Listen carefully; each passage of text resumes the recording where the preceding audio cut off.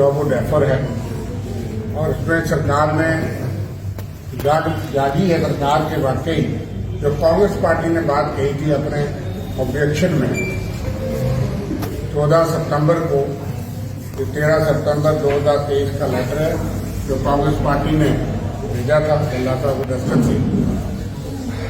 उसमें हमने जो बातें उठाई थी उसको सरकार को मानना पड़ा कि हमने दुरुस्त कहा था।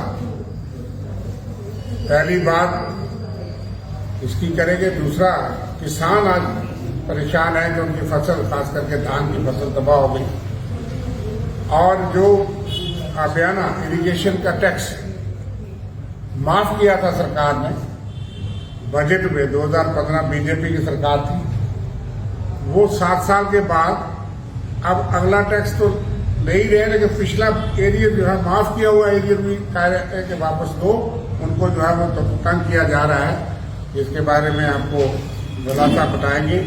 ये जो लेटर था, आपको याद होगा कि जब चुनाव की प्रक्रिया शुरू हुई तो 4 अक्टूबर तक उन्होंने कहा कि 4 अक्टूबर को नोटिस निकला कि आप हमें जवाब दीजिए जो रोटेशन रिजर्वेशन ऑफ वार्ड्स पे चीफ इलेक्टोरल ऑफिस की तरफ से एक नोटिस निकला जिसकी 9 तारीख उन्होंने कहा कि 4 दिन के अंदर अंदर आप ऑब्जेक्शन फाइल कीजिए। इतनी जल्दी थी सरकार, तो हमने कहा भाई माकूल समय नहीं है। फिर 14 सितंबर तक सिर्फ 10 दिन का समय दिया गया था और हम उम्मीद करते थे कि चुनाव समय पे होंगे।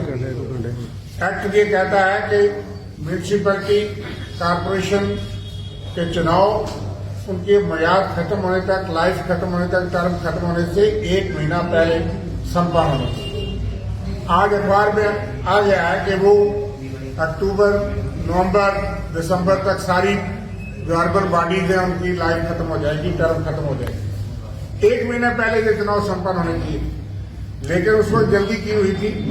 हमने भी कहा ठीक है, लेकिन जब चीफ इलेक्टोरल ऑफिसर से नोटिस निकला तो हमने पूछा कि ये कानून जो है ये तो बदल गया है, ये तो संविधान के तहत होना है और संविधान की 74th अमेंडमेंट अब कोई धारा नहीं है 2019 के बाद। वैसे तो वो 73, 74 पहले ही लागू, लेकिन हमने 2 चीजें लिखी थी।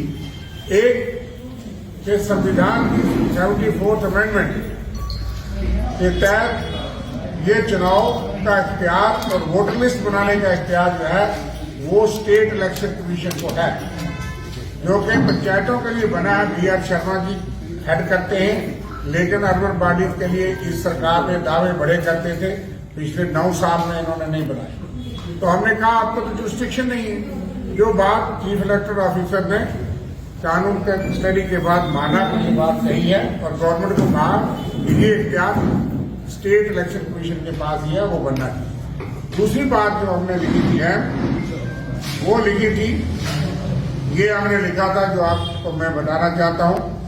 हमने वार्ड की रिजर्वेशन और उसमें भी कहा कि SC ST की पॉपुलेशन परसेंटेज नहीं बताई गई है, लेकिन दूसरी अहम बात हमने लिखी कि SC और ST तो ठीक है, लेकिन 73rd और 74th में राजीव गांधी जी ने जो अमेंडमेंट पेश की थी, जो कानून हमने कांग्रेस में पास किया था, उसमें OBCs की बात नहीं कही गई। In view of the scope of such reservation in the PRS as per constitution 74। ये हमने इनको लिखा कि आपने आज तक OBC के रिजर्वेशन जैसे SC को है, ST को है, शेड्यूल कास्ट समुदाय को, ऐसे आपने OBC के लिए नोटिफाई क्यों नहीं किया। ये 2 अहम बातें कांग्रेस पार्टी ने उठाई थी अपने लेटर जो 13 सितंबर 2023 को हमने लिखा चीफ इलेक्टोरल ऑफिसर को और ये गवर्नमेंट को गया, जिसके बाद ये जागे और इन्होंने कहा कि जी अब हम अमेंडमेंट करेंगे और शायद state election commission urban bodies उसके देर साया हो, वोटर लिस्ट भी द्वारा बनेगी क्योंकि कानून ऐसा कहता है, और OBC के लिए भी उनको रिजर्वेशन मिलनी चाहिए, जिसका हम स्वागत करेंगे। लेकिन ये मांग कांग्रेस पार्टी ने उठाई है और ये 73rd 74th में इसका प्रावधान कांग्रेस है। ये लेटर लेके PCC की तरफ से हमने जो है वो लिखा था अल्लाह साहब के दस्तखत से। ये 13 सितंबर को हमने भेजा, हमको 14 सितंबर को ये मिला, जिसके तहत ये हुआ। भल्ला साहब से जो हमारे वर्किंग प्रेसिडेंट हैं उससे बात करेंगे। अर्बन लोकल बॉडीज और उसके सिलसिले में जो हमारे से बात यहाँ की, हमने बड़ा ही टाइमली उनको इन्फॉर्म किया कि कहीं ना कहीं कताई यहाँ पे है। सरकार सोई हुई थी, उसको जगाने का काम कांग्रेस ने यहाँ पे किया और मैं समझता हूँ कि फिर भी हर वक्त हम इनको जगाते रहेंगे और यही मांग करेंगे कि इलेक्शन अथॉरिटी जो जम्मू कश्मीर की है फौरी तौर पे इस पे कदम उठाए, डिले करने का काम बंद कर दे ताकि जमहूरियत बहाल हो और असेंबली के लिए रास्ता साफ हो जाए। और हमें रियासत का दर्जा यहाँ पे चाहिए। जिस ढंग से बड़ा अच्छे ढंग से इन्होंने अपने अर्बन लोकल बॉडीज की बातें यहाँ पे की, ये डेमोक्रेटिक प्रोसेस का एक निचली स्तर में ग्रास रूट लेवल का एक बहुत बड़ा इंस्टीट्यूशन है जिसको डिले करने का काम यहाँ का डबल इंजन का प्रशासन यहाँ पे कर रहा है। और इलेक्शन अथॉरिटीज को चाहिए कि फौरी तौर पे इस पे अपने कदम यहाँ पे उठाए और साथ में खासतौर पर किसानों के बात रह गई, जो किसानों की फसलें तबाह हुई, अभी तक भी कोई उनकी असेसमेंट करने के लिए कहीं यहाँ पे नहीं गया।